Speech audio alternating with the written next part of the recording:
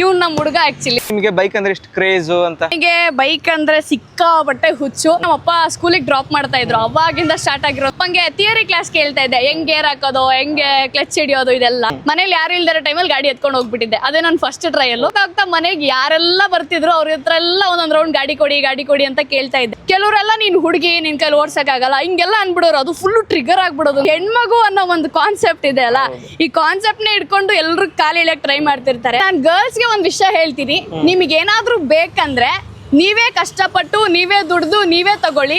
And ಸಮಾಜ, society ನೀವೇನೇ ಮಾಡಿದ್ರು ಮಾತಾಡುತ್ತೆ.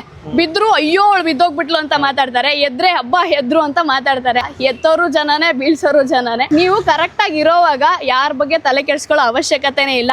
ನನ್ನ ಡ್ರೀಮ್ ಏನಂದ್ರೆ ಹುಡುಗಿ ಗಾಡಿ ಓಡಿಸ್ತೋಳು ಮಚ್ಚ ಅಂತ ಅನ್ನೋ ಬದಲು ನಾರ್ಮಲ್ ಆಗಿ ಹುಡುಗರು ಗಾಡಿ ಓಡಿಸಿದಾಗ ಹೆಂಗಿದ್ಯೋ ಹುಡುಗಿರು ಓಡಿಸಿದಾಗ್ಲೂ ಅದೇ ತರ ನೋಡೋ ತರ ಆಗ್ಬೇಕು ಅನ್ನೋದು ನನ್ನ ಇಂಟೆನ್ಷನ್.